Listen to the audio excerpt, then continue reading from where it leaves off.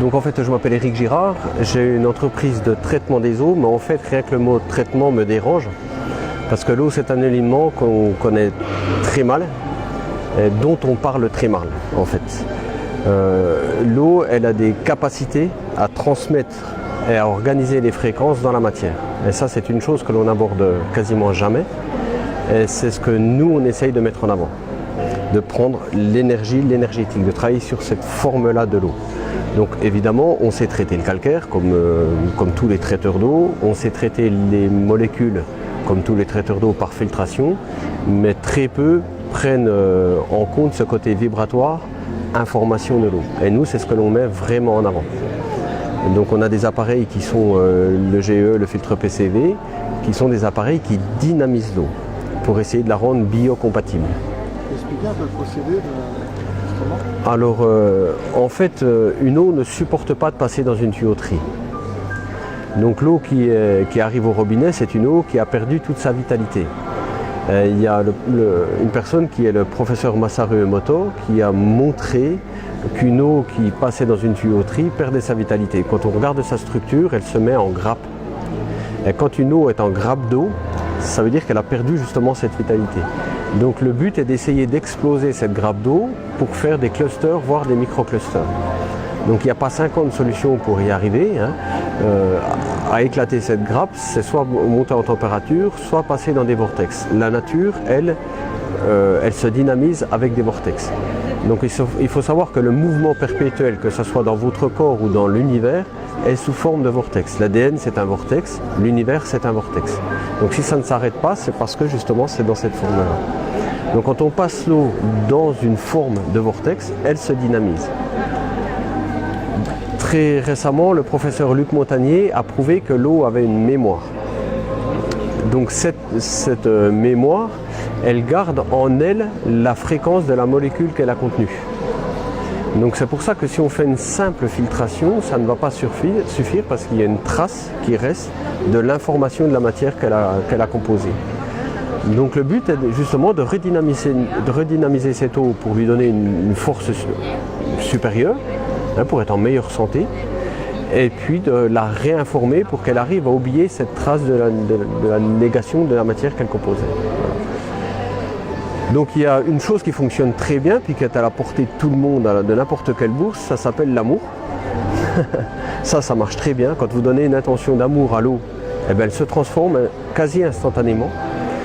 Moi qui suis magnétiseur, qui pratique le Reiki, le magnétisme appliqué, et la pensée quantique, j'essaye de voir les choses du côté quantique, donc subatomique des choses.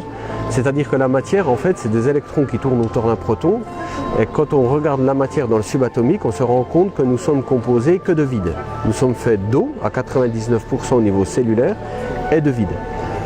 Et le 1%, 0,001% qui reste, ben c'est cette matière infime qui comporte, qui s'organise par rapport à la volonté de cette fréquence. Donc c'est assez compliqué. Et nous faisons du traitement des eaux. Mais encore une fois, là on voit que c'est plus du traitement, on prend soin de l'eau pour arriver à remettre ça en osmose, quoi.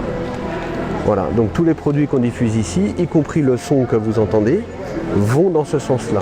Parce qu'il y a plusieurs personnes qui disent « oui, mais tu fais de l'eau, tu t'occupes de l'eau, tu diffuses des appareils de son ». Mais c'est parce qu'en fait, la fréquence et l'eau sont intimement liées. C'est ce qui crée la vie.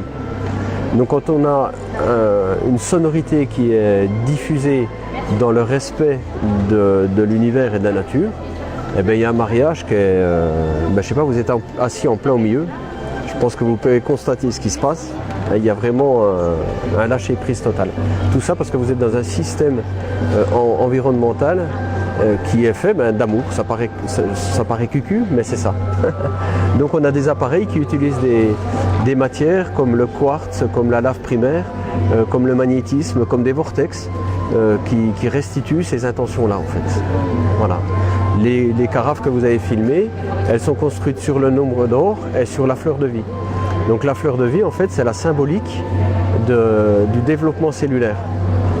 Ce qui fait la différence entre une pierre et vous, c'est que la pierre elle est sèche et vous, vous êtes faite de matière hydrique. Donc vous pouvez vous régénérer, vous pouvez vous développer, que la pierre elle ne peut pas parce qu'elle ne bénéficie pas de l'eau.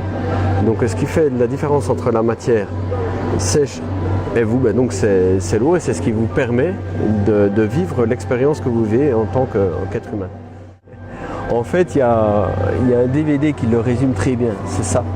Alors ça, moi je ne le vends pas, mais je le conseille à tout le monde, c'est la Bible de l'eau. Ça, il faut l'acheter, mais moi je ne le vends pas.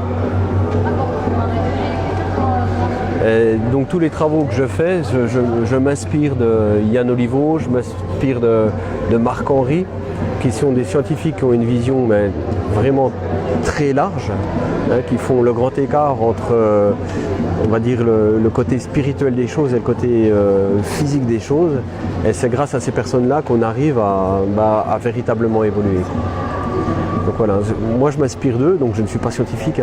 J'essaye de faire des résumés très courts le plus clairement possible, mais j'invite vraiment les gens à regarder ce DVD, puis on comprend nettement mieux ce qu'est l'eau et ce que nous sommes, puisque nous sommes quasiment que de l'eau.